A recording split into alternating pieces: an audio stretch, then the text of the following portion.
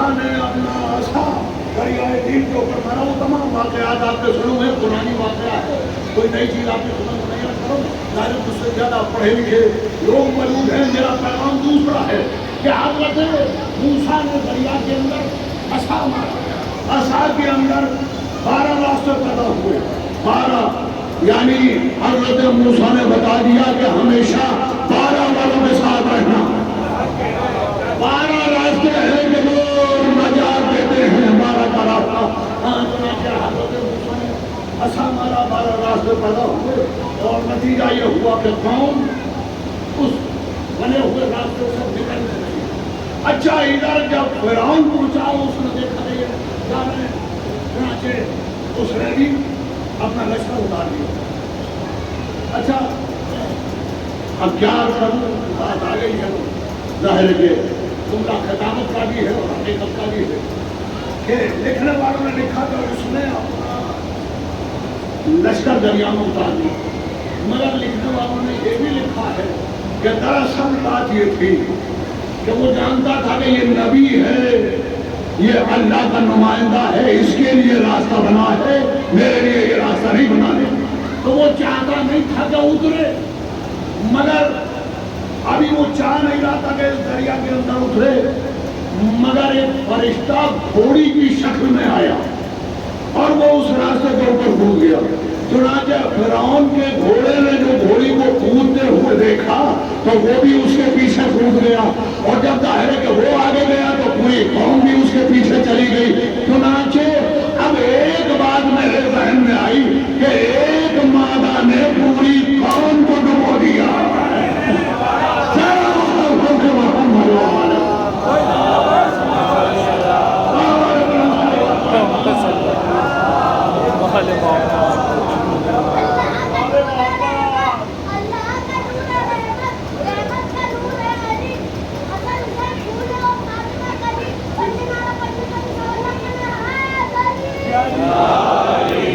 اچھا اس واقعے سے پہلے جو واقعہ ہوا وہ یہ کہ جب حضرت موسیٰ کو حکم ہو کے جائے, اس سے پہلے اللہ نے ایک فرشتے کو انسانی شکل میں فرعون کے پاس دیا اور اس نے آگے کہا کہ اے بادشاہ میرا ایک غلام ہے, اس غلام کو میں نے اپنے علاقے کے اوپر اپنی جاگیر کے اوپر حکومت دے رکھی ہے, اختیار دیتا ہوں, اسے بہترین کھانا کھلاتا ہوں, بہترین لباس پہناتا ہوں, ہر ایک سہولت اس کے لیے مہیا کر رکھی ہے, لیکن اس کے باوجود بھی وہ میری سرکشی کرتا ہے.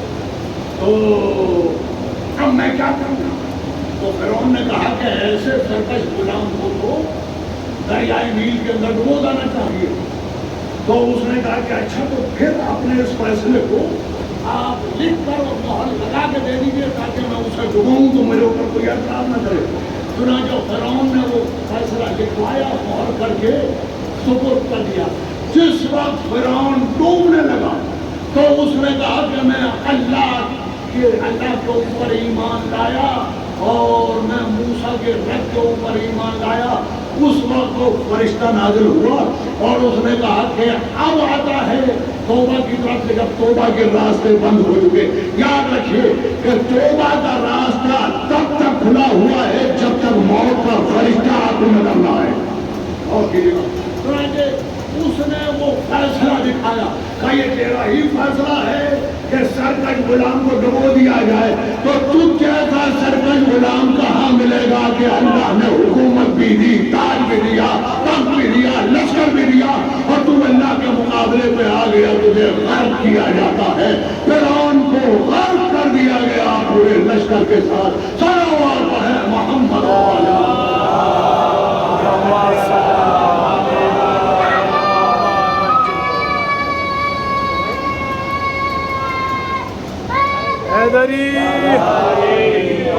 اب سنیے سورہ یونس کی 92 نمبر کی آیت کریمہ کہ اللہ اس پورے واقعے کو بیان کرنے کے بعد کہتا ہے کہ ہم نے فرعون کی لاش کو, یعنی فرعون ہی سے خطاب کو کہا کہ آپ تو ظاہر کہ ہم توبہ کے دروازے بند ہو چکے, مگر اب تیری جسم کو, تیرے بدن کو, تیری لاش کو محفوظ کر دیں گے صبح قیامت تک کے لیے, تاکہ صاحب بے ظلم عورت حاصل کر سکے. دریائے نیل میں ڈوب گیا، غرق ہو گیا. مگر قرآن کا دعویٰ دیکھیے، قرآن کہتا ہے کہ ہم تیری لاش کو محفوظ کر دیں گے تاکہ آنے والی نسلیں صبح قیامت تک عبرت حاصل کریں. عزیزان گرامی، 1881 میں جب دریائے نیل کے قریب کسی سرکاری پروجیکٹ کے لیے کھدائی چل رہی تھی تو اس کھدائی میں لکڑی کا ایک صندوق ملا. وہ صندوق مقسم تھا. اس صندوق کے قفل کے قریب لکھا ہوا تھا کہ ہم نے فرعون کی لاش کو محفوظ کر دیا تاکہ آنے والی نسلیں عبرت حاصل کریں. اب وہ صندوق کو کھولا گیا تو اس میں فرعون کی لاش موجود تھی. فرعون کی لاش آج بھی مصر کے میوزیم کے اندر رکھی ہوئی ہے.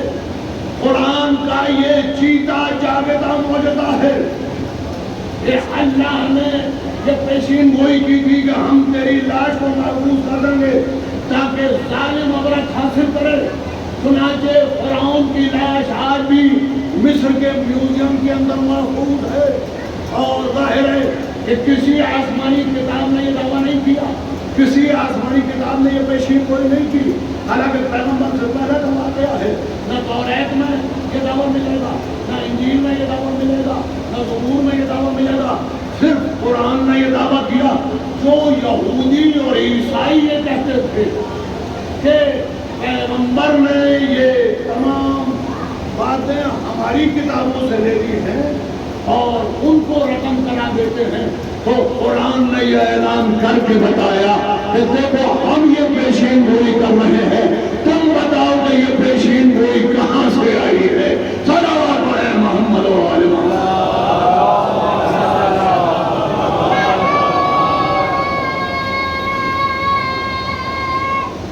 حیدری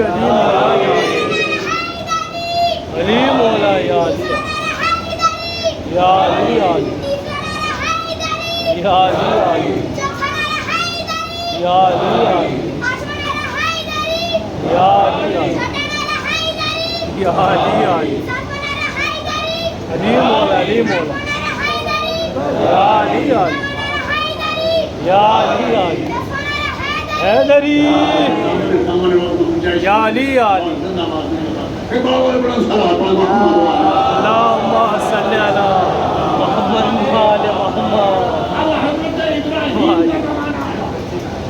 حضرت ابراہیم کا بھی معرکہ ایک ایسے حکمران سے ہوا کہ جو خود کو خدا کہتا تھا. بڑی بڑی عجیب و غریب بات ہے. تاریخ انبیاء کو ملاحظہ فرمائیے کہ تاج و تخت فرعون کے پاس نظر آتا ہے، موسیٰ کے پاس نظر نہیں آتا. حکومت نمرود کے پاس نظر آتی ہے، ابراہیم کے پاس نظر نہیں آتی. علامہ شبلی نعمانی کہتے ہیں کہ آل محمد کو کبھی حکومت نصیب نہیں ہوئی. آل محمد کو کبھی بحر ظلمات میں تھوڑے دوران نصیب نہیں ہوئے. آل محمد کبھی تحت حکومت تک نہیں پہنچے. ہاں آل محمد کبھی تحت حکومت تک نہیں پہنچے، مگر تحت حکومت کو آل محمد نے ہمیشہ کھلونا سمجھا. تحت حکومت کو آل محمد نے ہمیشہ اپنی ٹھوکروں کے اوپر رکھا. اگر اللہ والوں کا معیار تاج و تخت ہوتا تو حکومت موسیٰ کے پاس ہونا چاہیے تھی، فرعون کے پاس نہیں ہونا چاہیے تھا. تخت نمرود کے پاس نہیں ہونا چاہیے تھا، ابراہیم کے پاس ہونا چاہیے تھا. چنانچہ معرکہ حضرت ابراہیم کا اور نمرود کا بعض عزیزان گرامی نتیجہ کیا ہوا کہ حضرت ابراہیم کو نمرود نے آگ میں ڈلوانا چاہا. اچھا آگ تیار ہوئی، میں مر گئے حق کو باتیں کر رہا ہوں واپس. آگ تیار ہوئی. اب آگ جو تیار ہوئی تو مجھے یہ بتائیے کہ حضرت ابراہیم کو جلانے کے لیے کتنی آگ ضروری ہوگی؟ 10 کنٹل 20 کنٹل 100 کنٹل لکڑیاں. مگر مہینوں تک آگ جلائی گئی. اتنی آگ جلائی گئی کہ لپٹیں آسمان کی طرف بلند ہونے لگی. ادھر سے کوئی پرندہ اگر گزر جائے تو گھن کے گر جاتا تھا. اتنی آگ حضرت ابراہیم کو جلانے کے لیے اتنی آگ. عزیزان گرامی بڑی توجہ چاہتا ہوں میرے عزیزوں، یہ آگ کا معاملہ نہ تھا. دراصل بات یہ ہے کہ باطل کا مزاج یہ ہے کہ وہ طاقت کے عہدے پر حق کو چھکانا چاہتا ہے. چنانچہ یہ حضرت ابراہیم کو متاثر کرنے کے لیے تھا، حضرت ابراہیم کو ڈرانے کے لیے تھا کہ ابراہیم کسی طرح متاثر ہو جائے. نہ جو اللہ کا نمائندہ ہے وہ کبھی متاثر نہیں ہوا کرتا. نتیجہ یہ ہوا کہ جھنجھلائی ہوئی ذہنیت نے فیصلہ کیا کہ ابراہیم کو آگ کے اندر ڈال دیا جائے. ابراہیم کو آگ کے اندر ڈالا گیا. کیسے ڈالا جائے؟ اس لیے کہ ظاہر ہے کہ دور سے شعلے بھڑک رہے ہیں تو پہاڑ کے اوپر کھڑے ہو کر ایک منجنیق میں حضرت ابراہیم کو رکھ کے حضرت ابراہیم کو آگ کی طرف پھینک دیا گیا. بس عزیزان گرامی، گفتگو میری کمپلیٹ ہونے پہ ہے اور میرا پیغام کمپلیٹ ہونے پہ ہے اور میں سمجھتا ہوں کہ ایک ساتھ کے صدقے میں میرا پیغام منتقل ہوگا. باوالے بلند صلوات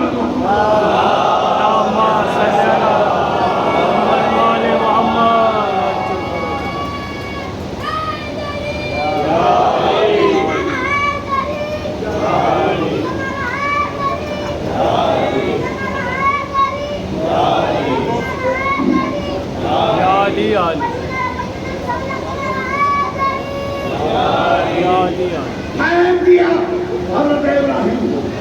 اب جب ابراہیم چل دیے آگ کی طرف تو اللہ نے حکم دیا یا نار کونی بردم و سلام علی ابراہیم، اے آگ ٹھنڈی ہو جا سلامتی ابراہیم کے لیے. بھائی کیا قرآن کا معجزہ ہے، خدا کی قسم غور تو کیجیے. ہم لوگ تدبر نہیں کرتے، قرآن کے اندر فکر نہیں کرتے. قرآن صرف پڑھنے کے لیے نہیں ہے، قرآن تدبر کے لیے ہے، قرآن فکر کے لیے ہے. یا نار کونی بردم و سلام علی ابراہیم، اے آگ ٹھنڈی ہو جا. کیسے؟ سلامتی ابراہیم کے لیے. یعنی اگر خدا صرف یہ چاہتا یا نارو کونی بردم، اے آگ ٹھنڈی ہو جا، تو آگ ہمیشہ کے لیے ٹھنڈی ہو گئی ہوتی، آگ میں حرارت نہ رہتی. کہا گیا یا نار کونی بردم و سلام علی ابراہیم، اتنی ٹھنڈی ہو جا کہ ابراہیم سلامت رہے. یعنی نہ تو اتنی ٹھنڈی ہو جانا کہ مائنس کے اندر ٹیمپریچر چلا جائے، اس لیے کہ اگر ٹیمپریچر مائنس میں ہو جاتا ہے تب بھی انسانیت خطرے میں آتی ہے. یہ قرآن کا معجزہ ہے. چنانچہ آگ ٹھنڈی ہوئی. اب حضرت ابراہیم جب چل دیا آگ کی طرف، میرا سوال یہ ہے کہ اللہ اب مدد کر رہا ہے، اب آپ کو کہہ رہا کہ ٹھنڈی ہو جا. بھائی مجھے ذرا سا یہ بتائیے کہ کیا جب نمرود آگ جلا رہا تھا اللہ ہوا کو نہیں دے سکتا تھا وہ آگے لے جائے؟ بس میرا پیغام پہنچ گیا اور میں پیغام کو پہنچا چکا. اگر میں درجوں تک منتقل کر پاؤں کہ کیا اللہ ہوا کو حکم نہیں دے سکتا تھا؟ کیا لکڑیوں کو اللہ حکم نہیں دے سکتا تھا کہ آگ نہ پکڑنا؟ کیا اللہ بادلوں کو حکم نہیں دے سکتا تھا کہ برس کے آگ کو ٹھنڈا کر دے؟ نہ اللہ نے ہوا کو حکم دیا، نہ اللہ نے پانی برسایا، نہ اللہ نے لکڑی کو حکم دیا کہ آگ نہ پکڑ. آگ بھڑکتی رہی، جتنا ظالم نے چاہا آگ کو بھڑکایا. یعنی اللہ یہ بتانا چاہ رہا تھا کہ ظالم اپنے حد ظلم تک پہنچ جائے، اس لیے کہ اب اس منزل کے اوپر آ گیا نمرود کہ اس نے حضرت ابراہیم کو پھینک دیا. اگر اب نمرود چاہے بھی کہ ابراہیم واپس آ جائیں وہ اب نہیں آ سکتا. تو اس کے معنی یہ ہے کہ اللہ مہلت دیتا ہے ظالم کو کہ حد ظلم تک چلا جا. میں نے کسی خاص وجہ کے لیے آپ سے یہ گفتگو کی. عزیزان گرامی، ایک سوال ہوتا ہے، مسلسل میری بھی بحث چل رہی ہے کچھ علماء سے اس معاملے کے اندر کہ لوگ کہتے ہیں کہ آخر یہ خاص طور پر یہی مدین ہے پیغمبر کی شہادت کے بعد اور پیغمبر کی وفات کے بعد کہ لوگ فاطمہ کے گھر کے اوپر لکڑیاں لے کر پہنچے، آگ لے کر پہنچے، گھر کے دروازے کو جلا دیا گیا، تو لوگ یہ کہتے ہیں کہ آخر علی نے کیسے برداشت کیا، اور مجھ سے یہ کہا کہ کیا آپ برداشت کر سکتے ہیں کہ آپ کی بیوی کو کوئی تمانچہ مار دے، کوئی آپ کے بچوں کے ساتھ نکل گئے، کہ وہ تو شیر خدا تھے، وہ تو بڑے طاقت والے تھے، تو طاقت والے ہو کے کیسے برداشت کیا؟ میں نے کہا کہ دراصل بات یہ ہے کہ آپ علی کو اپنے جیسا سمجھ رہے ہیں۔ میں یہی ہے کیونکہ اگر آپ نے علی کو اپنے جیسا سمجھا تو علی کا عمل آپ کی سمجھ میں نہیں آ سکتا، اس لیے کہ آگ لے کر لوگ دروازے پر پہنچے۔ اب علی شیر خدا، علی کی قوت بازو ہم نے خندق میں بھی دیکھی، علی کی قوت بازو اس کے بعد ہم نے صفین اور جمل میں بھی دیکھی۔ اب اگر علی خاموش ہیں تو خاموشی اس لیے ہے کہ مصلحت کا تقاضا یہ ہے، دین خدا کو بچانے کا تقاضا یہ ہے۔ اگر یہ کمزوری کی دلیل ہے تو سب سے پہلا کمزور اللہ ہے کہ جس کے مقابلے کے اوپر شیطان آ کر کہہ رہا ہے میں تیرے بندوں کو بہکاؤں گا، اور اللہ اس کا کوئی بال بیٹا نہیں کر پایا۔ تو اگر یہ ضبط کمزوری کی دلیل ہے تو سب سے پہلے اللہ کمزور ہے۔ اگر انبیاء کے ساتھ ظلم کمزوری کی دلیل ہے تو اللہ کمزور ہے۔ لیکن اگر اللہ ظالم کو موقع دیتا ہے تو جیسے اللہ ظالم کو موقع دے رہا تھا، علی بھی ہم نے ظلم کو پہنچا رہے تھے۔ یہ دنیا دیکھے کہ کس حد تک کیا کرتے ہیں۔ ہاں ہر بابے کا بس ظاہر ہے کہ دامن وقت میں گنجائش نہیں ہے، تو مجھے اور بھی آگے جانا تھا کہ یہ وہ ایام ہیں کہ حضرت فاطمہ کا گھر چلا دیا۔ دنیا تعجب کرتی ہے ایسا کیسے ہوا؟ علی کو 28 صفر کی پیغمبر کی آنکھ بند ہوئی، پہلی ربیع الاول تھی کہ فاطمہ کا گھر چلا، اور یہ جو ایام جو چل رہے ہیں یہ ایام ظاہر کا الوداعی مجالس کو پہلائتی ہی ہیں، مگر یہ ایام عزائے محسن ہیں۔ یہ جو مخصوص ایام ہیں یہ حضرت محسن کی شہادت کے ایام ہیں۔ ارباب عزا، خدا کی قسم آپ کبھی غور تو کیجئے کہ سورہ کوثر میں جو اولاد کا تذکرہ ہے حضرت فاطمہ کی، حضرت محسن کو شہید کر کے 1/3 نسل کو ختم کر دیا گیا پیغمبر کی۔ ارباب عزا، میں آپ کی خدمت میں کیسے عرض کروں کہ ٹوٹی ہوئی پسلیاں اور ابھی باپ کا کفن میلا نہ ہوا تھا، مگر بیوی کے دیے بابا اے بابا آپ کے بعد اس دروازے کے اوپر کھول کے جانا آپ ہماری اجازت طلب کرتے تھے۔ ابو بابا کے بیٹے نے خدا بکرے غم سوائے غم سید شہدہ کے اللہ تعالیٰ توفیقات میں اضافہ فرمائے۔ علی ایسوسیشن کی کہ اس الوداعی خمسے کا اس تعلق سے اہتمام کرتی ہے، اور تمام ان شرکا کا کہ جو اس میں حضرتین کی حیثیت سے شریک ہوتے ہیں، پروردگار سب کی دلی مرادوں کو قبول کرے، اور امام زمانہ علیہ السلام ہماری اس مجلس کو، ہماری تعزیت کو قبول فرمائے۔ ارباب عزا، ظاہر ہے کہ یہ حضرت محسن کے ایام ہیں، حضرت فاطمہ کے ایام ہیں، مگر مجھے جو حکم ہوا ہے، مجھے مسائل کا حکم ہے، میں آپ کی خدمت میں وہ مسائل پڑھوائی ہوں۔ تو ویسے یہ ظاہر ہے کہ وہ ایام ہیں کہ حضرت محسن کا تذکرہ ہوتا ہے، حضرت فاطمہ کی ٹوٹی ہوئی پسلیوں کا تذکرہ ہوتا ہے، گھر جلانے کا تذکرہ ہوتا ہے، اور اس کے بعد میں مدینہ پہنچنے کے واقعات بیان کیے جاتے ہیں۔ مگر ارباب عزا، جس وقت حضرت زینب سلام اللہ علیہا قید سے رہا ہوئی، اور حضرت زینب قید سے رہا ہونے کے بعد جس وقت میں مدینے کی طرف جا رہی تھی تو ایک راستہ تھا کہ جہاں سے ایک راستہ کربلا کی طرف جاتا تھا اور دوسرا راستہ مدینے کی طرف جاتا تھا۔ جناب سید سجاد سے کہا کہ بیٹا سید سجاد، ہم اپنے بھائی کا ماتم نہیں کر سکے، اے سجاد جب ہم کربلا کے دل محرم کے چلے تھے تو بھائی پہ قدم پڑا ہوا تھا، اے سجاد ارے ہم نے سنا ہے کہ تم نے قبریں بنا دی، ارے ماں جائی اپنے بھائی کی قبر تو دیکھ لے، اے سجاد ہمیں کربلا لے کر چلو۔ چنانچہ جناب سید سجاد نے قافلے کو کربلا کی طرف موڑ دیا۔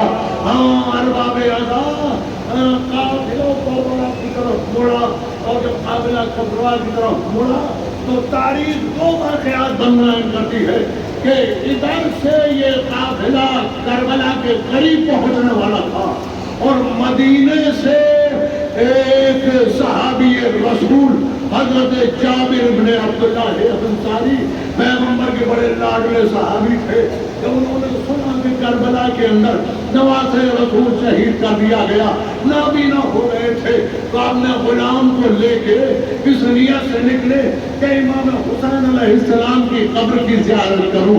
ادھر سے یہ قافلہ شام سے کربلا کی طرف جا رہا ہے، ادھر سے جابر بن عبداللہ انصاری کربلا کی طرف بڑھ رہے ہیں، دونوں لوگ کربلا کی طرف بڑھ رہے ہیں۔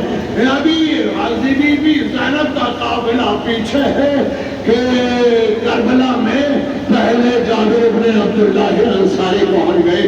چنانچہ جیسا ہی حدود کربلا شروع ہوئی تو جابر نے اپنے غلام سے کہا کہ ناقے کو ٹھہرا دے۔ جابر کے غلام نے ناقے کو ٹھہرایا تو جابر نے کہا کہ جا اور جا کے معلوم کر کے آ کہ میرے آقا کی قبر کہاں ہے۔ چنانچہ جابر تو یہاں ناقے کے پاس بیٹھے، غلام گیا اور تھوڑی دیر کے بعد آیا، اور آنے کے بعد میں کہا کہ آقا بڑی مظلومیت کا معاملہ ہے۔ کیا ہوا؟ کہا کہ چند خبریں تو بنی ہوئی ہیں مگر کوئی بتانے والا نہیں ہے کہ نواز رسول کی خبر کون سی ہے۔ میں یہ سنا تو ایک مرتبہ جابر صاحب کہنے کہ اچھا تو تو رہنے دے، میں خود پتہ کر لوں گا کہ میرے مولا کی قبر کون سی ہے۔ چنانچہ حضرت جابر کوہنیوں کے اور گھٹنوں کے بل چلنے لگے۔ غلام نے کہا کہ وہ تو ابھی کافی فاصلے سے ہے قبریں، آقا میں آپ کا بازو پکڑ لوں اور آپ کو لے کر چلوں۔ کہا کہ دور ہٹ جا، مجھے گھٹنیوں کے بل چلنے دے، ارے فاطمہ کے بچوں کا خون کہاں کہاں بہا ہو۔ اور بابے ادا یہ پہلا دائر حسین ہے کہ جو کربلا پہنچ رہا ہے۔ چنانچہ امام حسین علیہ السلام کے 14 کی جو قبریں تھیں وہاں لے جا کر غلام نے کھڑا کر دیا، کہا کہ یہی قبریں ہیں مگر کوئی بتانے والا نہیں ہے لیکن نواز رسول کی قبر کون سی ہے۔ ایک مرتبہ جابر کھڑے ہوئے، آواز دی السلام علیکم ورحمۃ اللہ۔ ایک مرتبہ ایک قبر سے آواز آئی، اے جابر، اے نانا کے سہانی، تم پہ بھی ہمارا سلام۔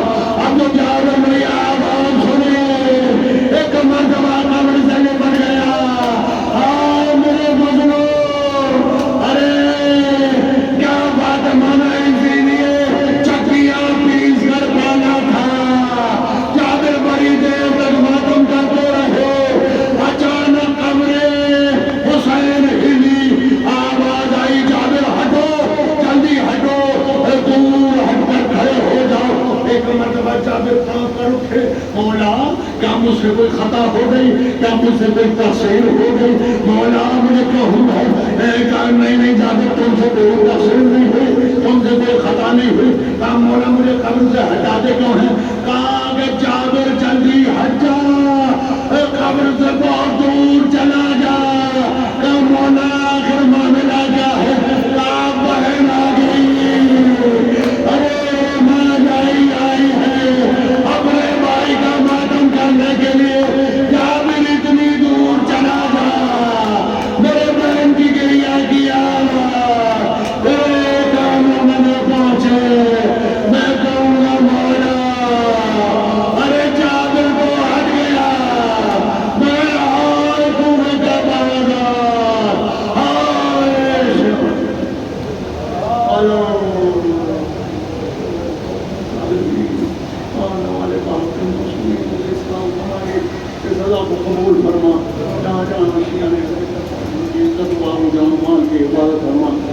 ساری دنیا میں امن و امان قائم ہو.